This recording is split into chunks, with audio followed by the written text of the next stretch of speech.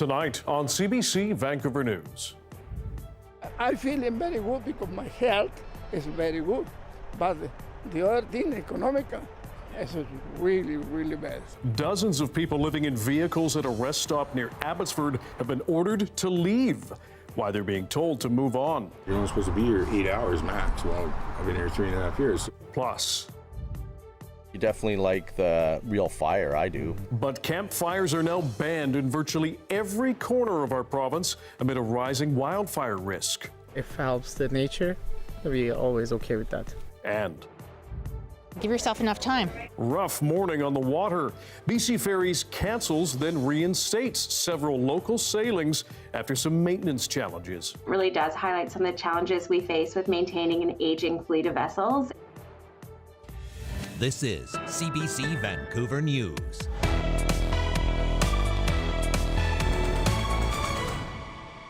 Hello, I'm Dan Burritt. Thanks for joining us. About 24 people living in cars and RVs at a rest stop along Highway 1 near Abbotsford are being forced to leave. BC's Transportation Ministry is closing that rest stop for highway improvements. But as the CBC's Rob Easton reports, some campers say they don't know where they will go next. How is it like this, and leaking very much water here. Right now I put this post here to hold, but I need extension to right here. Look at it. This is Felipe. We're not using his last name because he's experiencing homelessness and fears the stigma attached to his housing situation. Support with this post here. His makeshift roof support is just one of the many problems in his life. He's 83, has a pension, but debt problems left him homeless, living at a rest stop in Abbotsford. Take a drive along Highway 1 through the Fraser Valley these days and you'll see all sorts of encampments like this. The latest development in an escalating housing crisis. There's about 3 years it's been coming to fruition where it's now at capacity, I would say. We have little access just for the general public to actually use this as a rest stop. And this is just the newest iteration of these growing social issues. Many living here work full-time, but the cost of rent, even in the lower-priced Fraser Valley, is beyond their means. I don't have money, don't have nothing, and don't have where can I take that truck. The province is planning highway improvements in this area later this summer. Now they're serving trespass notices to everyone here. The stop will close July 26, sending Felipe and his neighbors back on the road. But many here say 2 weeks' notice to leave is not enough. They've set a precedent that they've let people stay here. COVID changed everything. And so they let some of the rules slide. You're only supposed to be here 8 hours max. Well, I've been here 3.5 years. So I said that I thought that a fair number was 60 days. Many say they don't know where they'll go or even how. In a statement to CBC News, the BC Ministry of Transportation said it's working with the Ministry of Housing and other agencies as the closure of the Bradner Rest area nears to ensure appropriate supports are offered to those currently sheltering there. But supportive housing doesn't match with some of the independent spirits here. I got to be at home at 11. I got to leave from 10 a.m. to 1 so they can clean my room. And I'm not allowed to have visitors. And why would I want to live like that? For others, they rest on the faith that something or someone will come through. My God, He gave me peace in my heart. My hope is Jesus Christ. It's only for that I really be happy. Rob Easton, CBC News, Abbotsford. Ahead of this weekend, BC's coroner is now urging you to drive carefully after a string of crashes on the province's roads and highways has killed almost 20 people in less than a week. The coroner's service says between July 5th and 10th, 19 deaths have been caused by crashes. The service is asking locals and visitors to be very careful when planning any road trips. It also notes the risk of deadly car wrecks is greater in the summer. BC Highway Patrol has some tips for drivers. Leave enough time to get there and plan your route carefully. Know where you're going to go, and if you leave enough time, then there's no need to rush. You can drive the speed limit and enjoy the beautiful province that we're in. Police say more officers will be out on the roads to try to crack down on the top 3 contributors to deadly crashes: speed, impaired driving, and distracted driving. It was a bumpy morning for some BC Ferries passengers ahead of this weekend. 4 sailings were preemptively scrubbed because of mechanical issues on one vessel, only for some of them to be reinstated later. As Michelle Gassoub reports, it triggered some vivid flashbacks to last summer's ferry chaos.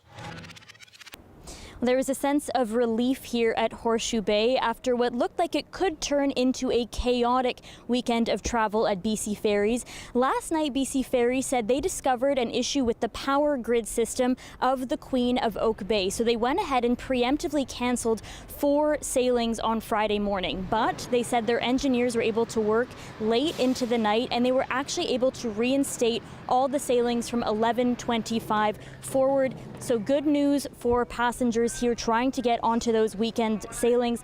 But the BC Ferries did acknowledge that there have been ongoing issues with their fleet as it continues to age.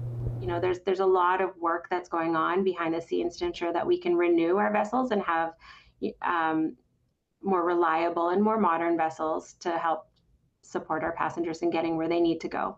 Passengers here spoke about the travel chaos that we saw last summer. There were staff shortages that led to cancellations. There were a number of vessels undergoing refits. That also led to less sailings than usual. And there were the issues with the website glitching as people were trying to make those reservations. This summer so far, there hasn't been any major issue apart from what we saw here this morning. So passengers very much hoping for smooth sailing going forward. I mean, last year it was really bad because we were constant. You couldn't plan for it. You just got here early and hope for the best, and you were usually late, which, but this year, at least on the Langdale run, they have almost doubled the ferry's schedule. So we always do that, give ourselves enough time. I mean, they have an hour to spare, right, dropping them off. That's, to me, the best thing to do. Last minute, I mean, if you're that kind of a person, great, but that's a chance you take, right?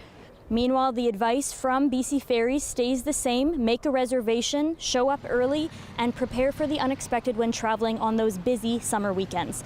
Michelle Gassoub, CBC News, Horseshoe Bay. Police in Nova Scotia believe they have recovered the bodies of 2 people from BC reported missing last month. Nova Scotia Mounties say a life raft was discovered washed up on Sable Island, about 300 kilometers southeast of Halifax. The deceased have not been identified, but family has been told. 2 sailors had previously been reported missing, a 60-year-old woman and a 70-year-old man from Salt Spring Island. The pair had been traveling to the Azores in the Atlantic on their boat, Theros, which had been missing since June 18th. A forensics team is on Sable Island working to identify the victims. Colona is marking the 3rd anniversary of a downtown crane collapse that killed 5 people. And the city and developer are now committing $150,000 to begin construction of a permanent memorial to victims of workplace accidents. We recognize the importance of this for the families and also for the community as a place of healing.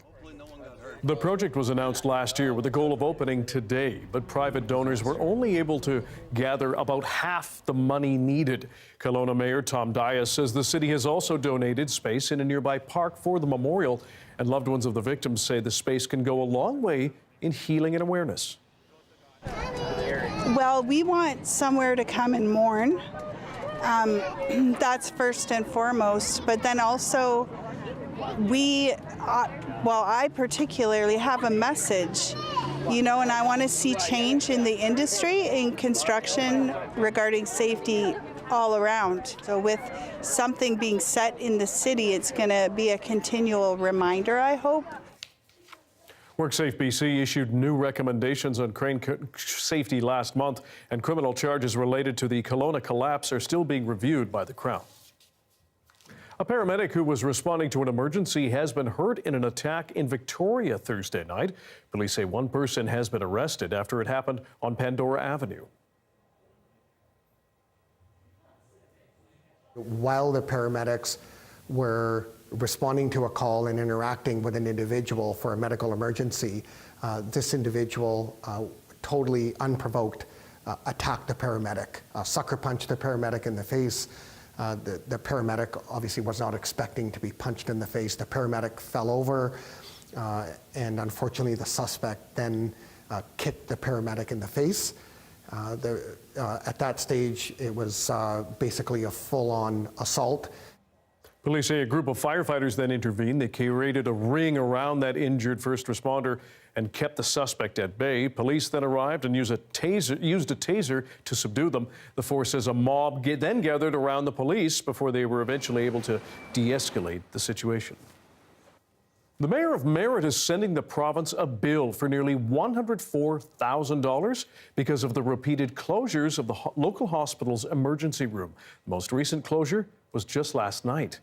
Mayor Mike Getz says when paramedics have to take those in need of emergency care to Kamloops, it takes them out of the community for at least 2 hours, which means Meritt firefighters who are on-call volunteers have to cover medical calls. The mayor says the bill is due August 10th. A reminder, if you're planning to get outdoors or camp this weekend in BC, a province-wide campfire ban is now in effect, except on Haida Gwaii. Right now, Category 1, 2, and 3 fire bans are in place, meaning open fires of any size are not allowed unless they're used for prescribed burns and have to be licensed. The BC Wildfire Service says people who violate that ban can be fined up to $100,000 or jailed for a year. We asked some campers in Golden Ears Provincial Park how they handle the ban. I love the smell of campfire. I love the crackling sound. So it does take away from it a little bit, but not too much. Yeah, I mean, we get used to it, but you definitely like the real fire. I do, personally. The heat, the warmth, the marshmallows, all that kind of stuff, because you don't want the kids slopping the marshmallows in the propane pits. Being out here in the woods and getting a chance to enjoy nature, that's the most important thing. And obviously keeping the forest safe, that's huge. That's the vibe of the camp, right? Yeah, you just put the campfire and gather around, put some marshmallow, and those are good things, but now we can't. But as I told you, if it helps the nature, we're always okay with that. Doris Madavi joins us for a first look at the weather. Yeah, camping is classic with a campfire, but look at that map. Yes, and I know a few of our coworkers and friends are going camping this weekend and a little bit disappointed about the ban, but honestly, I think the province held off as long as they possibly could. With these sort of conditions, any wildfire that does start could jump to extreme fire behavior very quickly. So it's not just the fire starts themselves we're worried about, it's how quickly this spread and the rate at which we can even address them before they do really start to take off. So we still have those heat warnings in the southern half of the province. I don't expect those will drop very soon unless we drop. If they do, we're going to come right below the criteria, and that's why they're going to drop. Up in the north, we are starting to dry off a little bit. We did get a little bit of precipitation up here over the last 48 hours or so, but since then, just dry, and temperatures, even though seasonal for the weekend, will probably start to climb to close to 30 degrees again early next week. If we zoom in here, you can see a little bit of lightning activity coming along with this little bit of this little cell that's popped up. In the southeast, we're also watching for any possible thunderstorm activity because it does seem like a real possibility. And actually, you can start to see a little bit of thunder activity right here. Yeah, there we go. Just starting to pop up. So we'll keep a closer eye on that. We'll have another look at it later this hour. In the meantime, be aware that very little precipitation is on the way for the vast majority of the province. Even though we are going to get some feeding into the north, it's not going to make its way up into the northeast, or if it does, it won't be anything significant. So Dan, be ready for that fire danger to start to come back up even in the north. Okay, we'll check in later. Thanks, Doris. Thank you. A group of doctors and other staff of the BC Cancer Agency have saved more than 32 tons of greenhouse gas emissions by getting rid of that exam table paper. The team published the results of their project in the latest edition of the BC Medical Journal. More now from Rafferty Baker. That familiar thin paper covering the doctor's exam table, it actually doesn't serve any hygienic purpose. And according to a new study carried out by BC Cancer's Planetary Health Unit, it's super wasteful. We calculated that in a year, we would use about 2,000 kilometers of paper. Dr. Caroline Mariano is one of the study's authors. She says the cleaning routine between patients already included disinfecting wipes. And it was that, not the paper, that kept the exam table sanitary. What's more, the single-use paper had to be incinerated, adding to emissions. So the team phased out use of the paper at 4 BC cancer centers over the course of about a year. So it was about 32,000 kg of emissions saved, which to translate that is about driving 130,000 kilometers in a gas-powered car. Mariano calls saving 32 tons of emissions a modest success for an agency as big as BC Cancer, but she says she hopes it inspires others to look at ways to make a collective impact at other organizations. Rafferty Baker, CBC News, Vancouver. If you're in and around Newton in Surrey, heads up. The RCMP says it's checking on a bear sighting around 141st Street and 76th Avenue. Police responded to calls around noon and had last seen the animal in a ravine. Mounties are asking you to stay far away from the bear if you do see it. Conservation officers are also involved. Meanwhile, Coquitlam RCMP reminding people to be bear smart. After a black bear locked itself inside a car on Thursday, it had destroyed the mechanism to lock and then unlock the door. And due to the extensive damage inside of the vehicle, officers weren't even able to tell if there was any sort of attractant that maybe the bear might have smelt or sensed in the vehicle. Look at what that animal did. Police broke the back windows so the bear could escape, but not before it tore the inside of that car apart. Another reminder to lock up your garbage, food, homes, and your vehicles. Now, still with animals, a company has now installed more than 20 temperature-controlled dog houses at businesses across Metro Vancouver over the last few months. As Michelle Gomez shows us, with summer temperatures heating up, dog owners are putting them to good use. You may have seen some of these dog crates around Metro Vancouver recently. It's one solution for keeping pets cool and safe in the summer heat. Press open Pet Parker and then I just scan this thing. The kennels are temperature controlled and have a camera so you can keep an eye on your pet. The BC SPCA issued a warning last week saying it has received over 200 calls about animals left in hot cars this year alone. Lisa says Pet Parkers provide her with a safe alternative. And I say, see you later, you're gonna stay. I'll be back soon, okay? We'd go for walks and then I would always have to bring people with me, or we'd have to leave them at home, or I would tie him up outside and then he would bark. When I go outside, it's always I have to go with someone so that in case we need to go inside a shop to do something, someone's always outside to watch the dogs. And maybe just even putting your dog in for a few minutes to cool it down if it gets really hot would be fantastic. Stay. Sit. There are 22 Pet Parkers scattered across Metro Vancouver. There's the look. Mostly grocery stores, Granville Island, shopping center, and even a gym. So there's lots of locations where people either go to run an errand or are in a pinch. Businesses pay to have them in front of their doors, so the service is free of charge to pet owners. Michelle Gomez, CBC News, Vancouver. The Heiltsuk First Nation is celebrating the return of an historical artifact, a decorated chief's seat that has been held at the Royal BC Museum for more than a century. Have a look.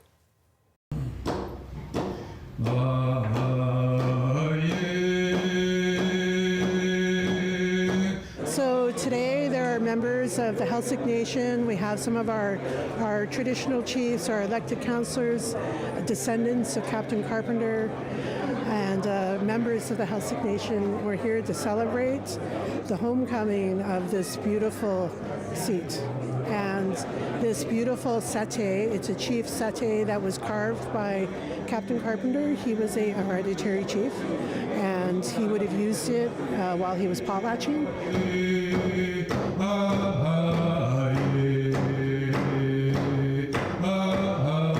You can see the wear on it.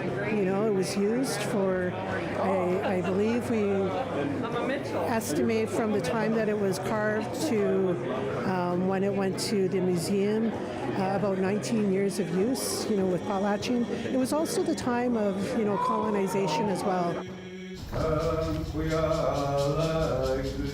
So potlatches were being banned, you know, across Canada. These, you know, treasures were also being, you know, taken out of our community. So it was a time of great change. The seat was purchased and made its way here to the Royal BC Museum, I think in 1911. And it's been here ever since.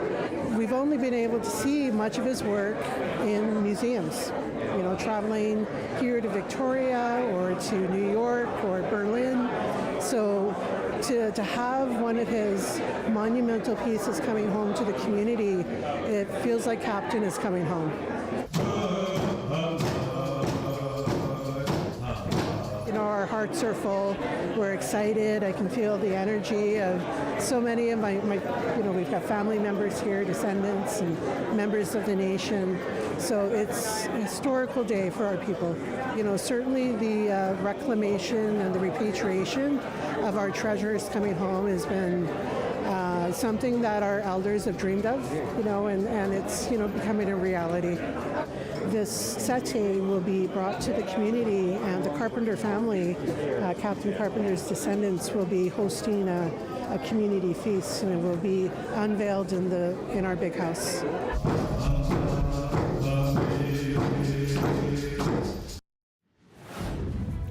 Coming up, Squamish is trying to encourage hikers and campers to pick up their trash. We'll speak with a member of the team about the refreshing incentive they're offering. Stick around.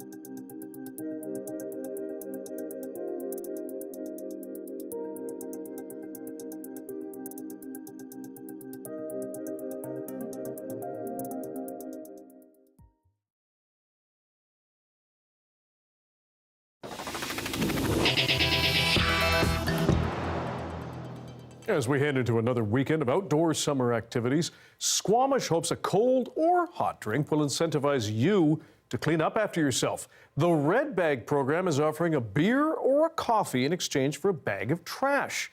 Joining us now to tell us more is Leslie Weeks, the Executive Director for Tourism Squamish. Leslie, thanks for being here. First of all, why are you launching this program now? Well, we're launching it now as we kick off into a busy summer season and visitation picks up on all of our outdoor spaces in the community. So we're aiming this initiative at encouraging visitors to practice responsible recreation through packing out what they pack in. Is this in response to what you're seeing is perhaps people not doing that? Well, as we see more visitation, we do see more litter on our trails, and just through volume, we definitely do see a little bit more of those sorts of practices. So our goal with this is to encourage people to take that garbage bag, fill it up with their own trash and also trash that they might see out when they're exploring the community, and then bringing it in for a small reward. Mm-hmm. So let's explain that. Where can they pick up a bag? How does this work? And what do they get? Okay, so our destination steward team is out around the community at busy spaces where our visitors tend to visit. And so they can pick up a red bag from our destination stewards. They can take it with them out around the trails while they're exploring. As I said, put their own garbage in there or garbage that they might see out on the trail, and then return it back to our visitor center in exchange for a token. And that token they can take to redeem at one of our fantastic local businesses for either a beer, a coffee, or an ice cream. And how many businesses are taking part in the token? So far, we have 5 businesses signed up, and we're hoping to get several more as we proceed through the summer. What do you hope to achieve by this beyond cleaning up more trails? Well, ultimately, the goal is for visitors to be more mindful of their behavior and its impact on the environment. So not only around packing out what they're packing in, but just how they're interacting with their natural spaces and ensuring that they're doing everything that they can to protect it and leave it in a better space than it was when they found it. And generally, do you find people who live or visit Squamish are good about doing that, or do they need a bit of a nudge? Well, I think a little encouragement always goes a long way, and we can all do better. So we're hoping that not only visitors, but residents will also pay attention to the program and participate. Leslie Weeks, Executive Director of Tourism Squamish, we appreciate your time. Thanks for joining us. Thank you very much. Still to come, a look at why one of the ways the city of Burnaby is trying to combat the housing crisis. That's next.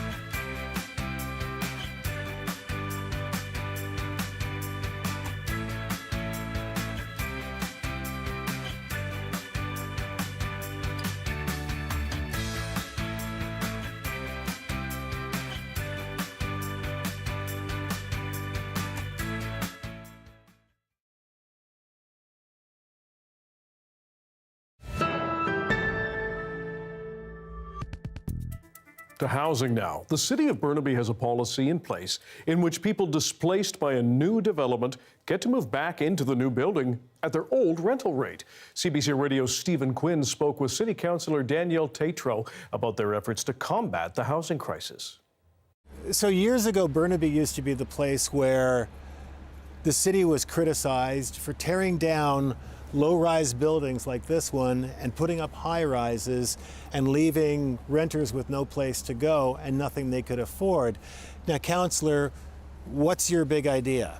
Well, we're actually standing in front of the first building where tenants got to return to new units at their old rents. So when you look around, you'll see the low-rise apartments that they used to live in. Yeah. And before that, when they were displaced, nowhere to go, and many people forced out of Burnaby and out of this community.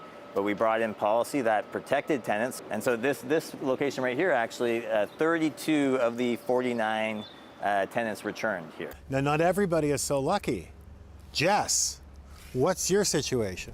So I live on Dow, and my building is one of the ones that are slated for demo eviction. So the tenant assistance policy comes into effect for the people who are residing there at the time of the application for rezoning, and I moved in 3 months after that. So even though you've been there for 5 years, doesn't apply to you?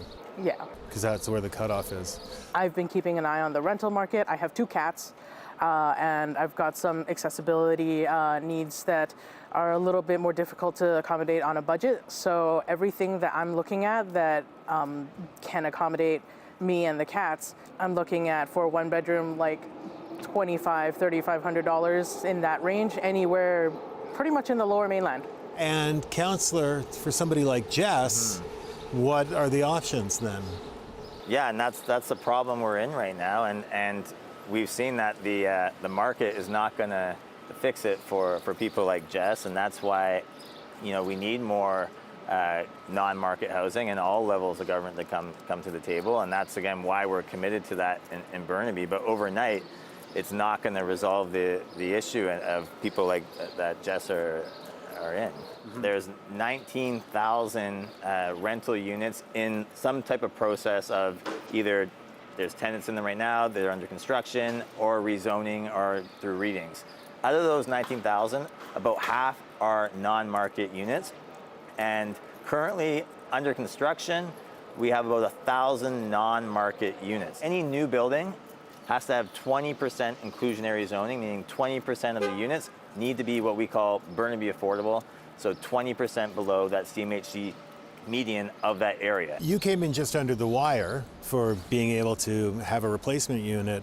You should just have a right of first refusal for one of those units. So there is a queue, right? So if someone does go into a building after the rezoning process, they should be notified that they're not eligible under the tenant policy. Okay. That is a requirement. Right. Now, we have heard issues of communication from developers to new tenants, and that's something we're working on with them to make sure that you absolutely have to make sure that communication is clear. Yeah. So those people could be eligible, but it depends on where they would be on the other queue.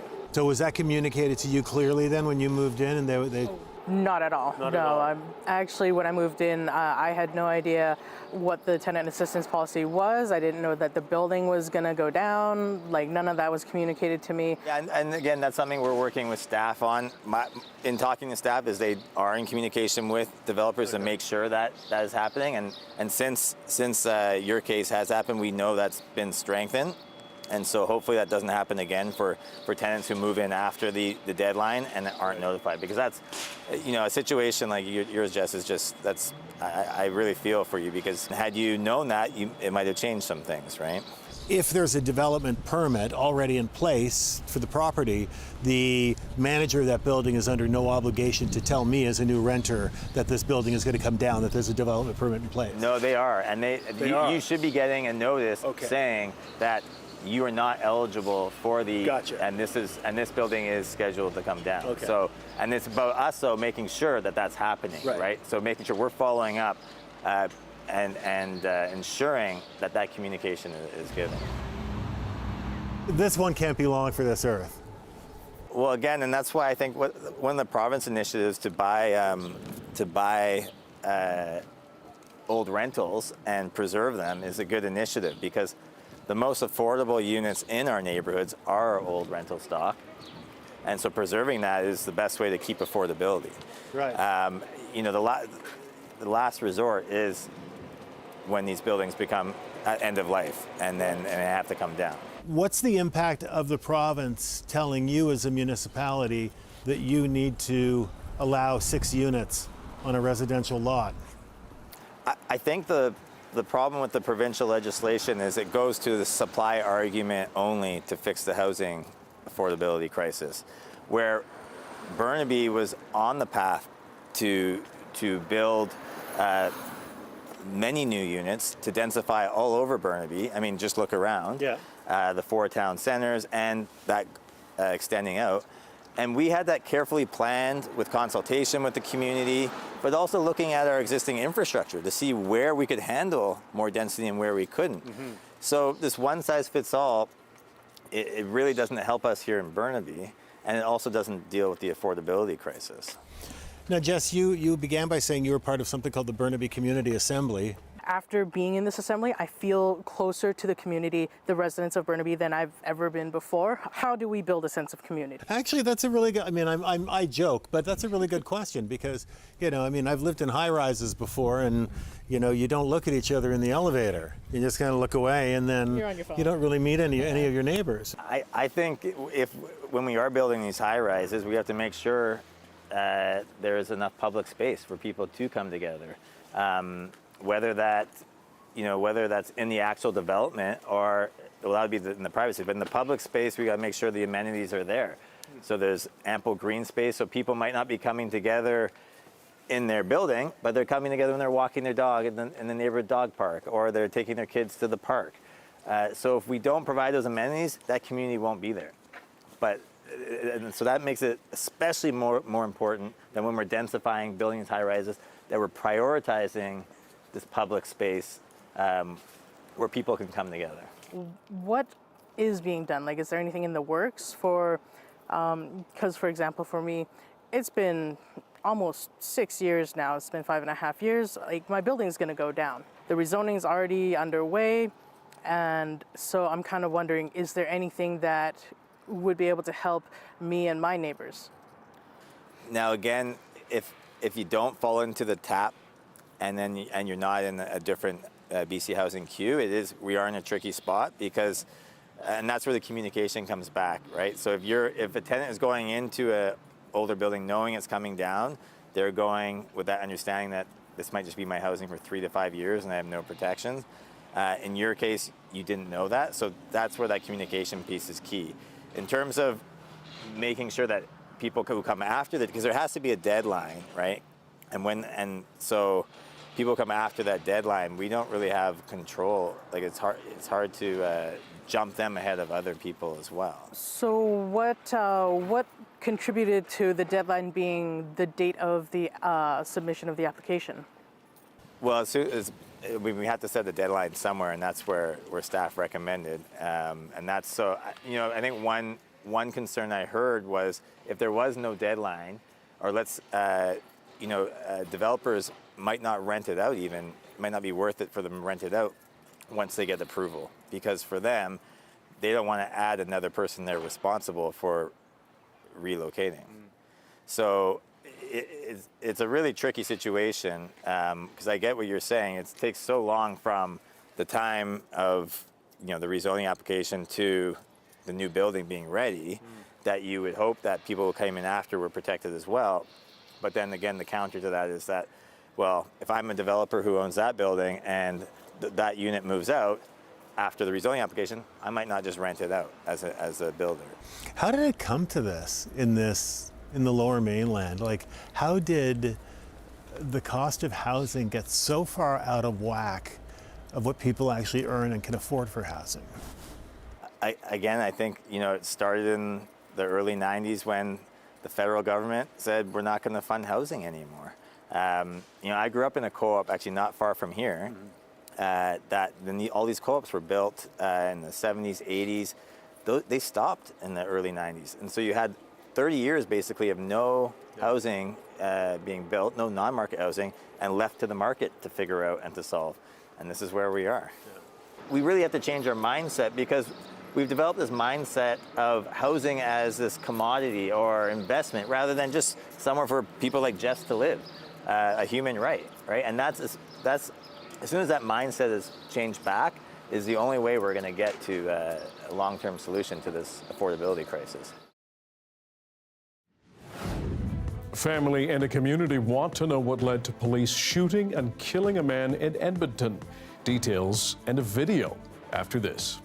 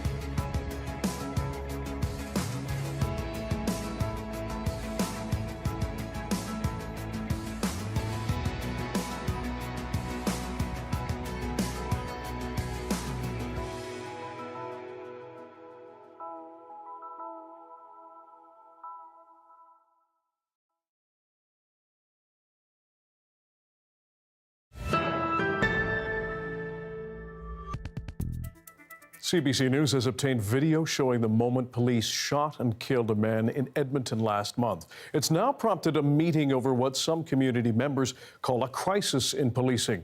Our Julia Wong brings us their concerns and a warning for you. This video may be upsetting to watch. In this quiet suburban neighborhood, a growing memorial for Matthews Arcangelo, shot and killed by Edmonton police. I'm not sure what triggered that police officer to pull his gun. In late June, Arcangelo's vehicle rolled over on an Edmonton highway. Police say he fled and they began a search.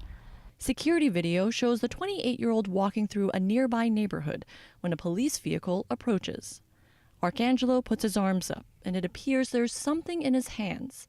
There's no audio on the video. We see Arcangelo move forward. That's when the officer shoots him. Their encounter, roughly 1 minute. Arcangelo later died in hospital.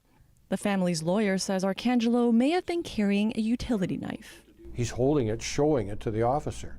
From the point where he got out of the vehicle with his gun drawn, everything that officer did was wrong and illegal. When other officers arrive, they first pass by Arcangelo's body and later approach him with guns drawn. First aid was given minutes later. Once the situation is under control, officers must request the attendance of EMS and attend to preservation of life as appropriate. Absolutely clear breach of policy. Experts who have viewed the video have mixed opinions. This is an execution. The victim had his hands raised the whole time. And therefore, the whole notion, which often comes up in incidents like this, of the officer being fearful for their life, does not apply.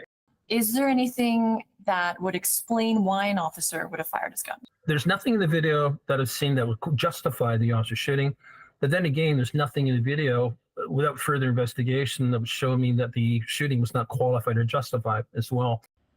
Edmonton police did not answer specific questions about the response, use of force, or when first aid was provided, citing an investigation by the Alberta Serious Incident Response Team, which also declined to comment. Julia Wong reporting from Edmonton. Police say a young person has now died after flash flooding in western Nova Scotia. As Gareth Hampshire tells us, it happened after the remnants of post-tropical storm Beryl dumped up to 100 millimeters of rain on the Annapolis Valley. It was here just before 8 p.m. last night. A young person playing at the park with friends got into trouble. RCMP were called with a report the youth was pulled into a water-filled ditch and disappeared under rushing water. Premier Tim Houston shared condolences at a news conference nobody wanted to be at this afternoon. This is a devastating day for our province. So to the parents and to the family, on behalf of myself and all Nova Scotians, our sincerest condolences on the loss of your child. Police, fire and rescue teams were here quickly to begin a search that included diverting the water drainage system. But there was so much water moving so fast. Initially, there's lots of water. It was still torrential downpouring at the point where he arrived. He was first on scene. And, you know, it was lots of things. There was lots of information gathering that was taking place to understand what the magnitude of this incident was. With rain still falling and light fading, it was hours before the youth's remains were found at about 11:30 last night. I can only imagine that the conditions were quite difficult. I did speak to some of the searchers afterward, and I know that they were searching quite a large area in difficult conditions, tiring conditions, and darkness. So obviously they had to take great care. There was a wooded area as well, so some difficult conditions for sure. Out of respect for the young person's family, the RCMP are not releasing their name or any other personal information. But the death will have a big impact on the town and the people here. The weather events in our communities that we're experiencing this year and last year and a few years ago are beyond anything that I think most of us have ever experienced it before. Houston says the infrastructure damage throughout the valley can be repaired, and it's work that has already started. But the Premier says his main thoughts today are with the young person's family, saying Nova Scotians are grieving with them. Gareth Hampshire, CBC News, Wolfville. Almost 80 pilot whales have now died after being stranded on a beach on a remote island off the north coast of Scotland. A marine rescue group responded to the beaching with a team of medics. They found 77 whales, only 12 of which were still alive. Other teams from around the area mobilized to try to save them. But yesterday evening, the rescue group said they'd been euthanized because of the time they'd spent on the sand. Scientists say there is no single definitive reason behind that phenomenon.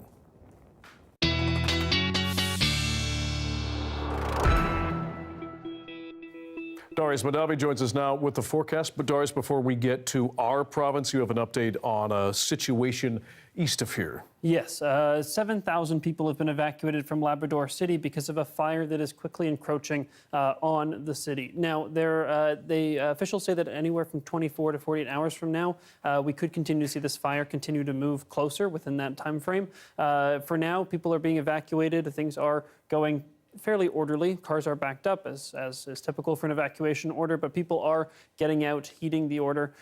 With that being said, the conditions may improve slightly. It may be a tiny bit of precipitation on the way tonight. You can see that band of precipitation here, but not much relief. Those winds are also calming down, which should also help. A couple hours ago, the fire was just too active. It was exhibiting extreme fire behavior, and it was very difficult for crews to get on the ground or to get in the air and fight it. That could be changing soon, although the overnight conditions also make that fighting difficult. But as we get into next week, maybe a little bit wetter and maybe a little bit cooler as well, which should help with that fire activity. And again, those winds are calming compared to where they were earlier today. So hopefully a little bit of relief is on the way. If we move over here to BC, we still have lightning activity happening in parts of the central and southern interior, but not much precipitation on the way to go with it. A little bit for the northwest, but really that's it. In terms of our highs across the province, those are continuing to stay fairly steady. I know that lately we've been mostly focused on the fire situation during these weather updates, but that's because all along the coast and throughout much of the southern interior, temperatures are steady. It's nothing but sunny skies. There's not really much to talk about down here. There still is a chance of lightning in the most eastern parts of the Fraser Valley and up by Whistler, and sort of in the Alpine in those areas, as well as on the Alpine in Vancouver Island. But generally speaking, things are fairly calm here, and so that's why we haven't been talking about it quite as much as we have with the fire situation. With that being said, conditions tomorrow remain fairly calm across the coast and throughout much of the interior, but we do still have that chance of lightning in a few places like the Okanagan, or like the Thompson, in the southeast, as well as up in the Peace. But generally speaking, calm and sunny. We just may see those convective storms pop up, and it's hard to say exactly where, but generally sunny skies, Dan. That's the forecast for Vancouver. Good time to go to the beach. I was going to say that. And you know what? It reminds me of something. It's time for...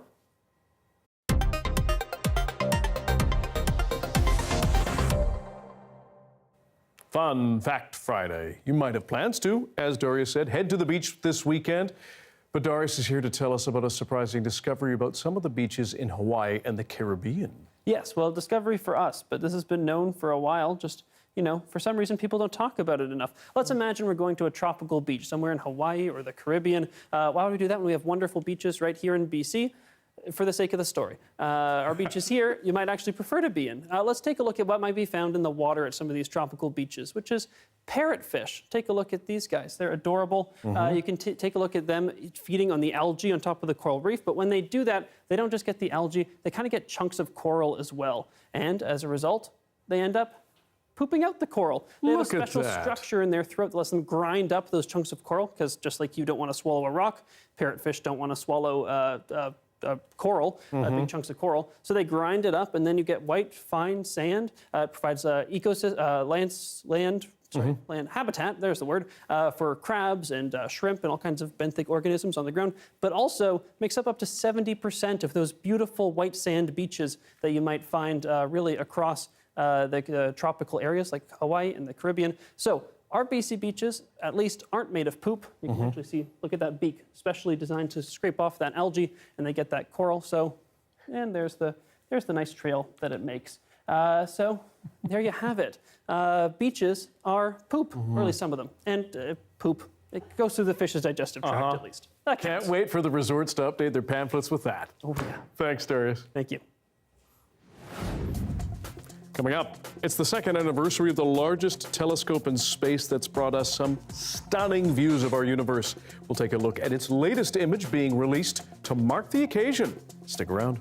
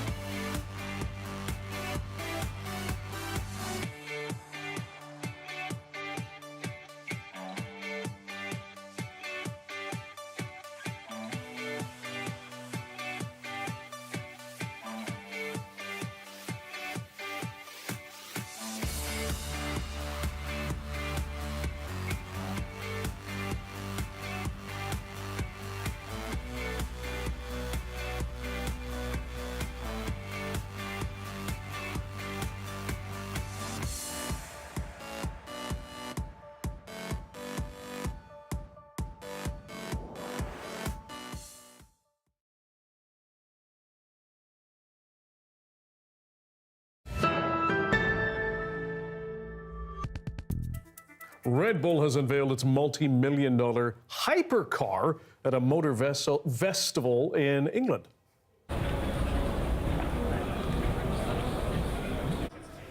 The RB17 is for racetrack use only and can go more than 350 kilometers per hour. There are just 50 of these being made over the next 3 years. Each costs north of $10 million. Before you reach for your wallet, all 50 have already sold out. Each car will be custom fit, I know, with owners carefully chosen by, wait for it, Red Bull. The Red Bull team were Formula One world champions in 2022 and 2023 and are currently well in the lead to win this season again.